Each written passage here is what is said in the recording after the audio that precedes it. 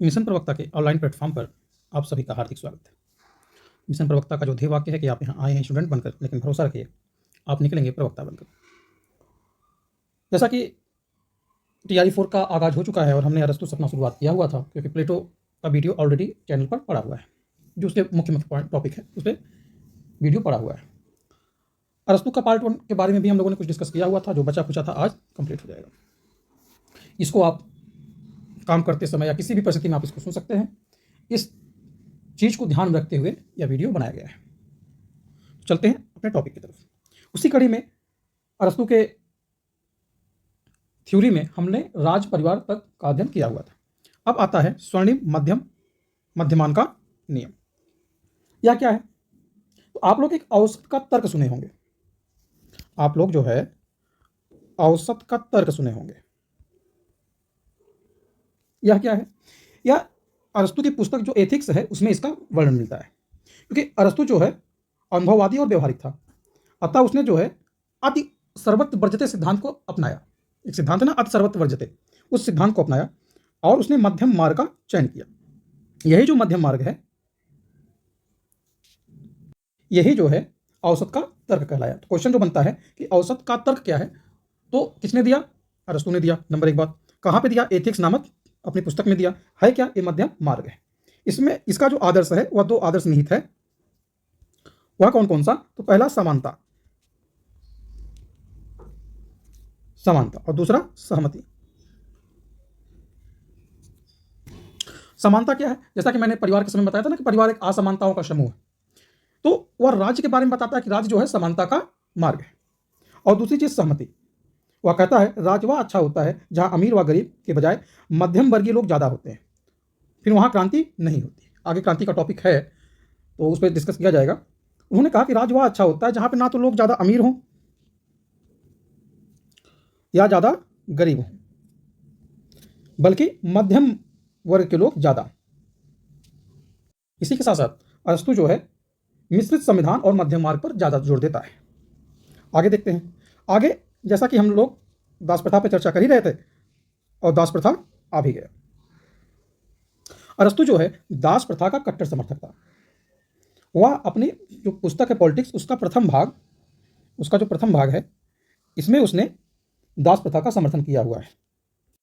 अरस्तु जो था वह प्राकृतिक असमानता का समर्थक था। वह मानता था प्रकृति में क्या होता है? असमानता व्याप्त है। और वह कहता है कि दासता समाज ने नहीं बल्कि प्रकृति ने बनाया है। वह कहता है कि ये जो दास हैं, इस दास को थोड़ा अपने चेंज करते हैं, इस दास को समाज ने नहीं बनाया है। इस दास को समाज ने नहीं बनाया है, बल्कि इसको किसने बनाया? इसको प्रकृति ने बनाया है। इसको प्रकृति ने बनाया है। इसलिए वह दासों और स्त्रियों को निम्न श्रेणी का मानता है। वह किसको किसको निम्न श्रेणी का मानता है? पहला दास और दूसरा स्त्री। और दासों और स्त्रियों को निम्न श्रेणी का मानता है और कहता है कि कुछ लोग शासन करने के लिए बने हैं। ध्यान दीजिएगा इस चीज को। वह कहता है कि कुछ लोग शासन करने के लिए बने हैं और कुछ लोग शासित होने के लिए। वह कहता है, थोड़ा सा हास्यास्पद चीजें हैं, वो कहता है कि दास और स्त्री निम्न श्रेणी की हैं और कुछ लोग शासन करने के लिए इंसान ने नहीं प्रकृति ने बनाया है, और कुछ लोगों को शासित होने के लिए बनाया है। कुछ को शासन करने के लिए, कुछ को शासित होने के लिए। आगे वह कहता है कि दास विवेकशून्य और बुद्धिहीन होते हैं जिनमें शारीरिक बल होता है। दास जो है वो बुद्धिहीन होते हैं, मूर्ख होते हैं, विवेक शून्य होते हैं, लेकिन उनमें शारीरिक बल पाया जाता है। उनमें जो है शारीरिक बल पाया जाता है। उसमें कहता है कि उनमें शारीरिक बल पाया जाता है, जबकि मालिक में जो है, जो उसका मालिक होगा, उसमें बौद्धिक बल पाया जाएगा। उसमें जो है बौद्धिक बल पाया जाएगा। दास प्रथा में दास और मालिक दोनों का फायदा होता है। दास को श्रेष्ठ स्थितियां मिलती हैं जबकि मालिक को अवकाश।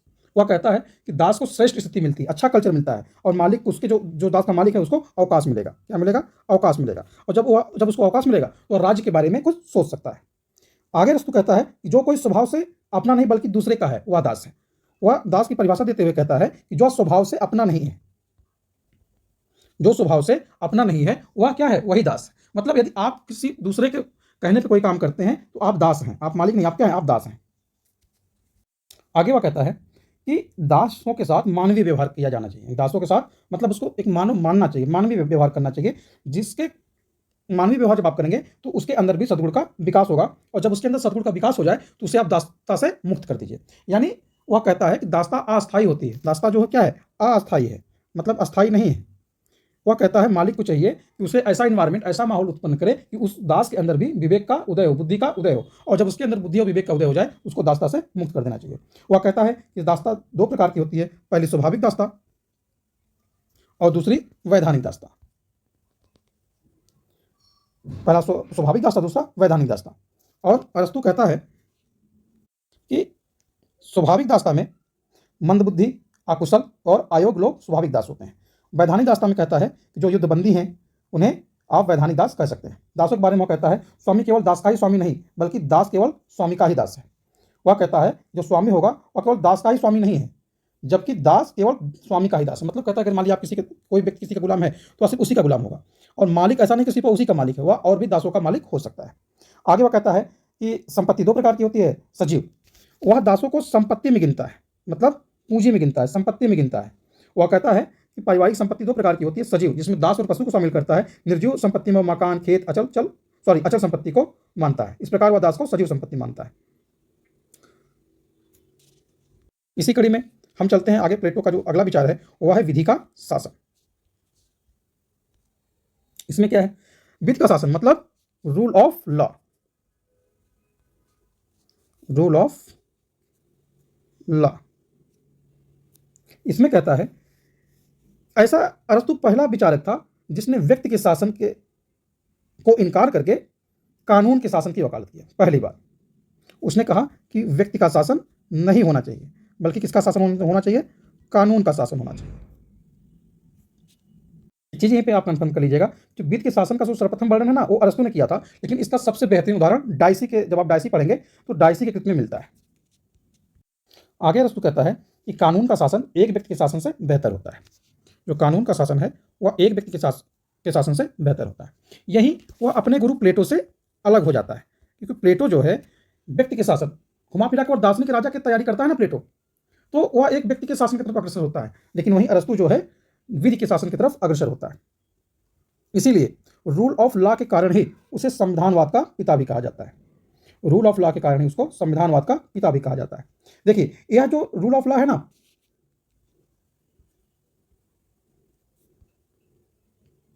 यह रूल ऑफ लॉ प्लेटो की ही एक कृत है, द लॉज।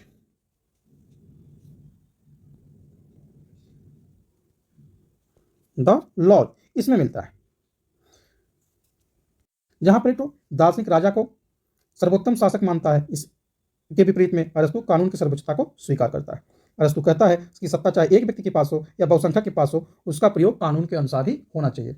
वह कहता है चाहे राजा, चाहे राजतंत्र हो, चाहे लोकतंत्र हो, दोनों को शासन विधि के अनुसार करना चाहिए।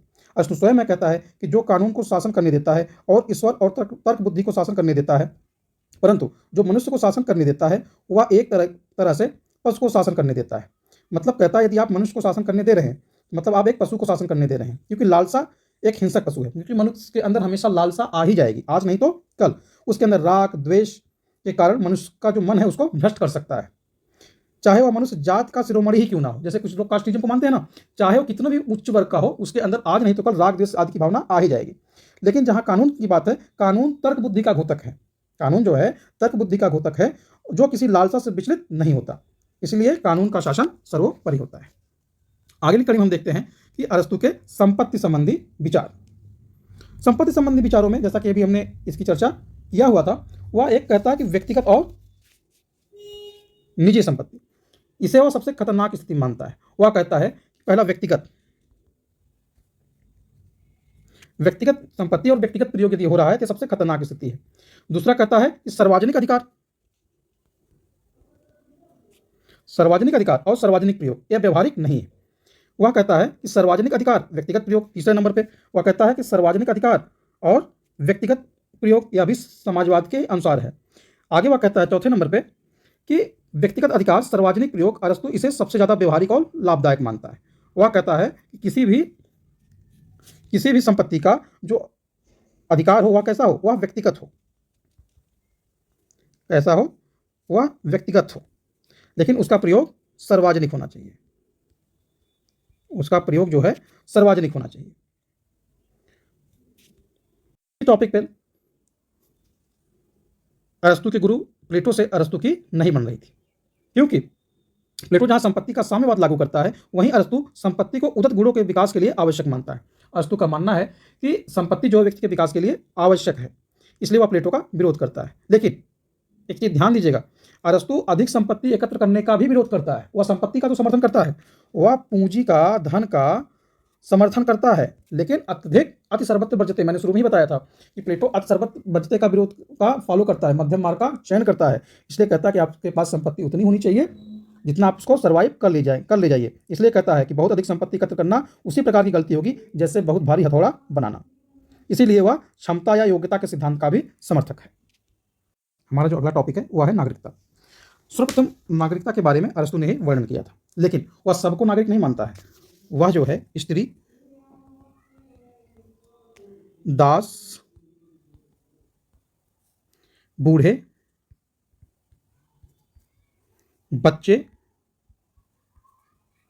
शिल्पी मतलब जो कारीगर होते हैं, शिल्पी, और विदेशियों को,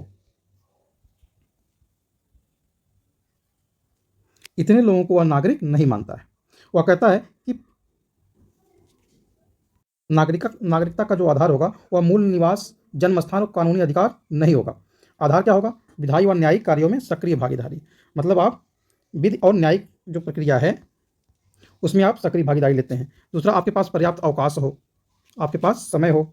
तीसरा, आपके पास दास हो, संपत्ति हो। और चौथा, तार्किक बुद्धि और विवेक हो, तार्किक बुद्धि और विवेक हो। आप शिक्षित हों, सबसे बड़ी बात कि आप क्या हों? आप शिक्षित हों, मतलब पढ़े लिखे हों। इतने लोगों को ही अरस्तु नागरिक मानता है, बाकी लोगों को नागरिक नहीं मानता है।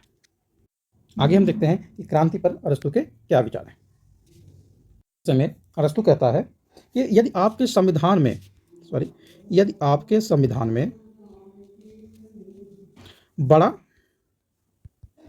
या छोटा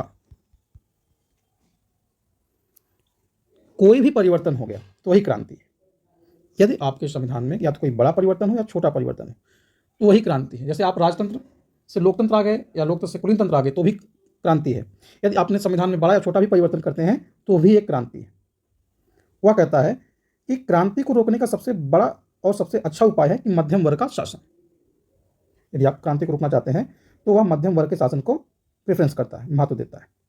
वह क्रांति के मामले में अरस्तु यथास्थितवादी है।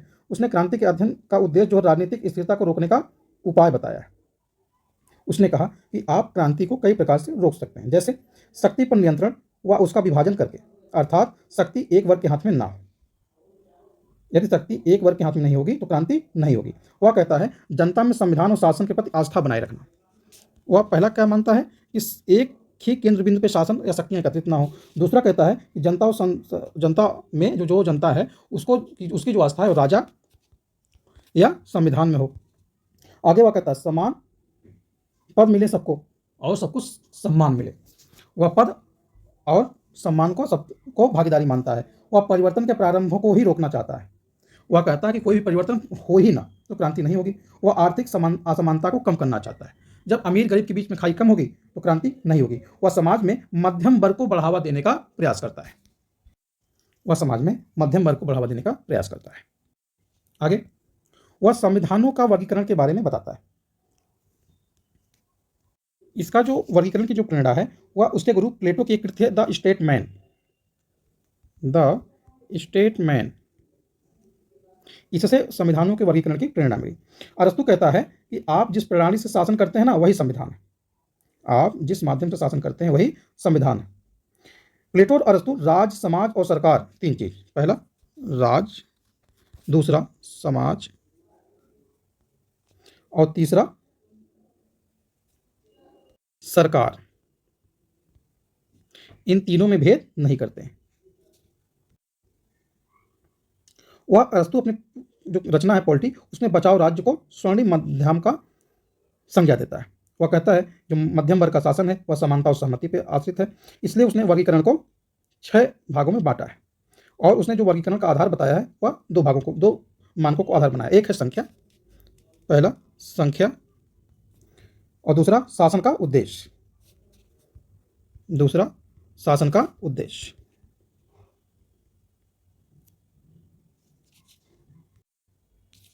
इसी तरीके से अरस्तु जो विभाजन करता है वह कहता है एक व्यक्ति का शासन मतलब राजतंत्र, दो व्यक्ति का शासन या दो से अधिक व्यक्तियों का शासन मतलब आप कह सकते हैं कि कुछ व्यक्तियों का शासन, इसे अभिजात तंत्र कहता है। तीसरा सबका शासन यानी बहुत से लोगों का शासन, इसको वह प्रजातंत्र कहता है।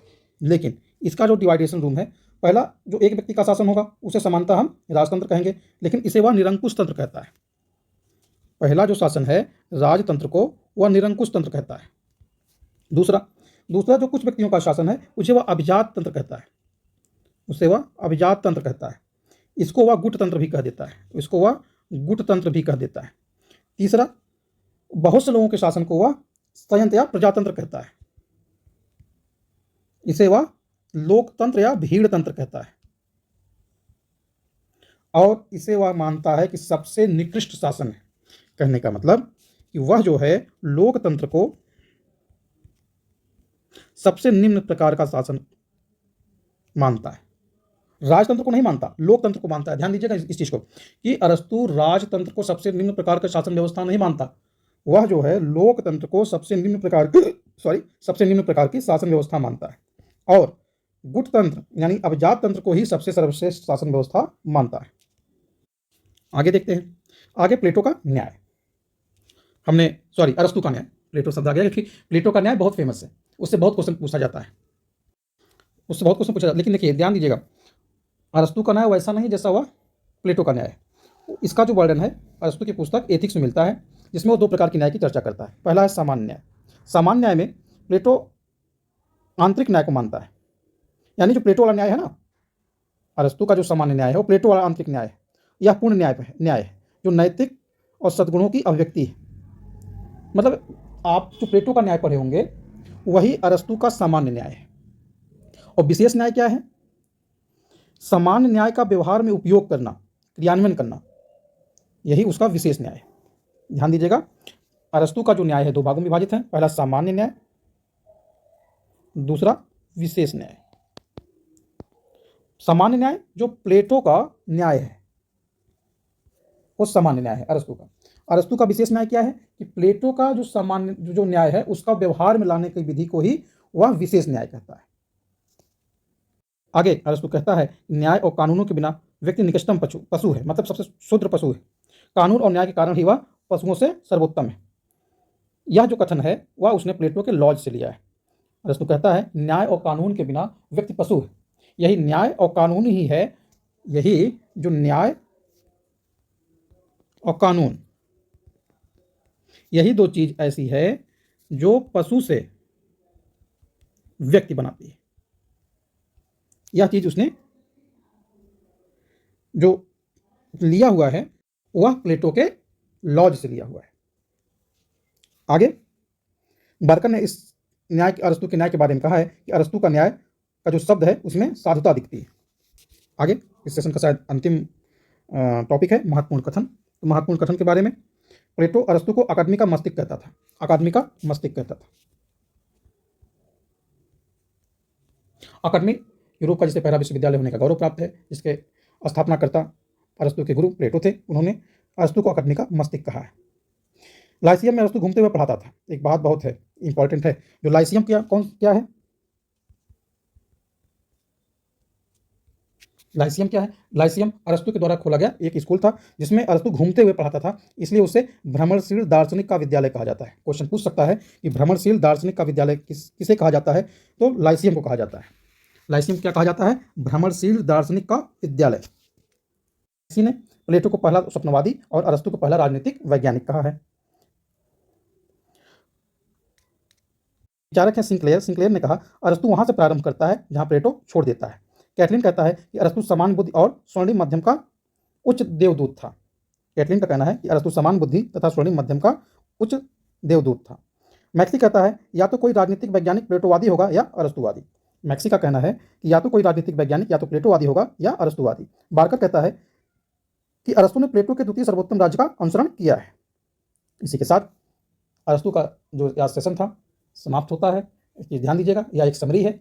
आप ये नोट्स पढ़ने के बाद इसको आप रिवीजन मोड में देख सकते हैं। अपनी पढ़ाई जारी रखिए। बहुत बहुत धन्यवाद।